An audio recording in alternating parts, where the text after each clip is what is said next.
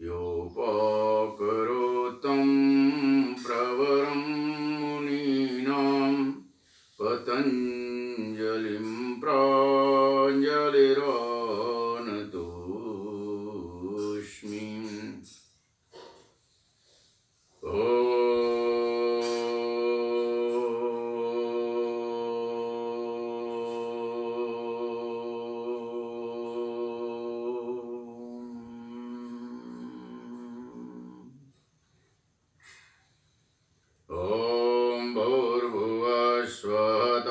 सवितुर्वरेण्यं भर्गो देवस्य धीमहि धियो यो नः प्रचोदयात्।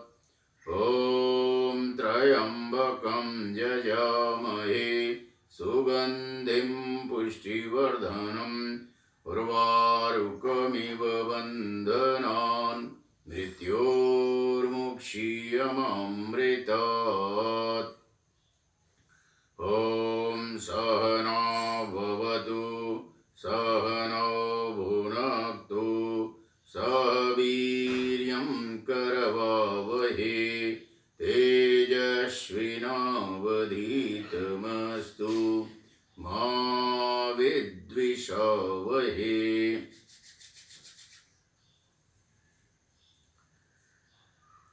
तस्मिन् सति श्वास प्रश्वासयोर गति विच्छेदः प्राणायाम।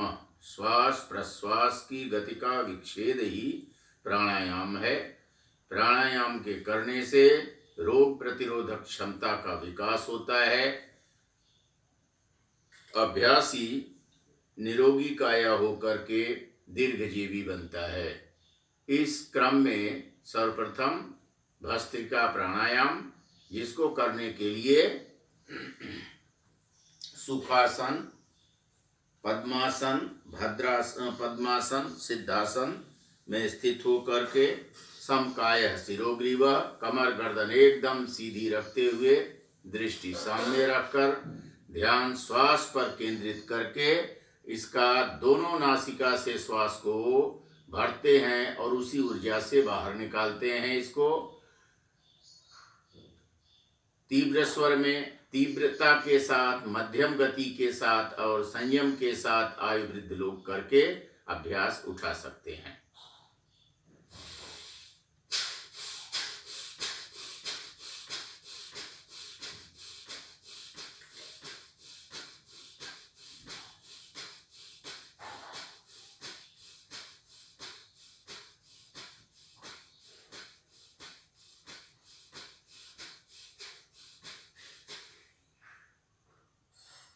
अभ्यास के दौरान एक लंबा गहरा श्वास लेकर के कुंभक की स्थिति में रोककर थोड़ी देर के लिए शांत विश्रांत की स्थिति उपयोगी होती है।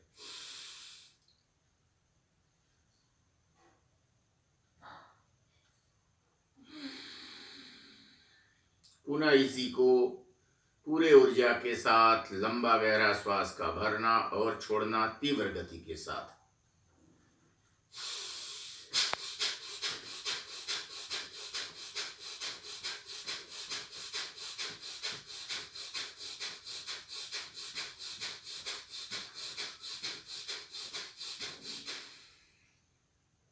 लंबा गहरा श्वास भर करके श्वास को कुंभक की स्थिति में रोक करके विश्रांति की स्थिति में रहना।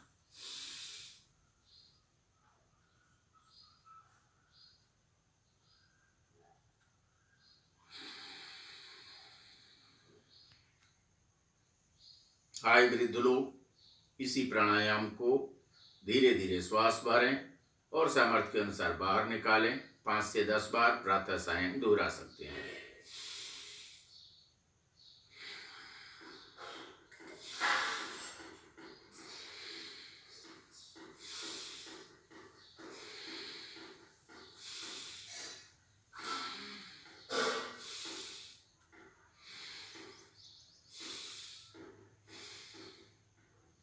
भस्त्रिका प्राणायाम फ्रोजन शोल्डर के पेशेंट के लिए एक अन्य विधा, जिसमें श्वास के साथ हाथ का मूवमेंट देख करके इसको करने से विशेष लाभ होता है।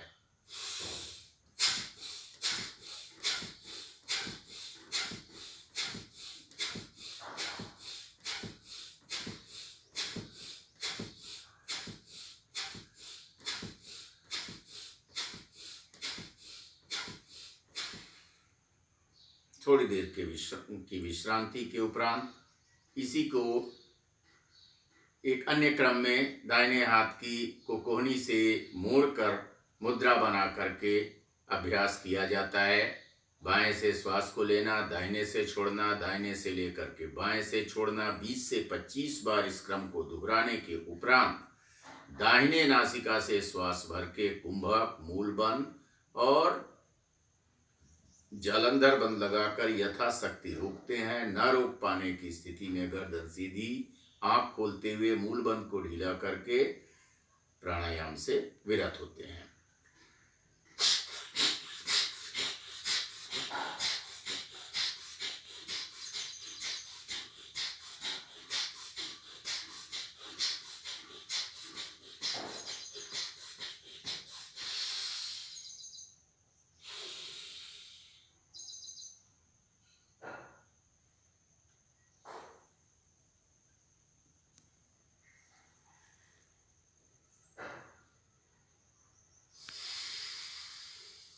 यह एक चक्र हुआ, इसी को 2 या 3 चक्र दोहरा दिया जाता है।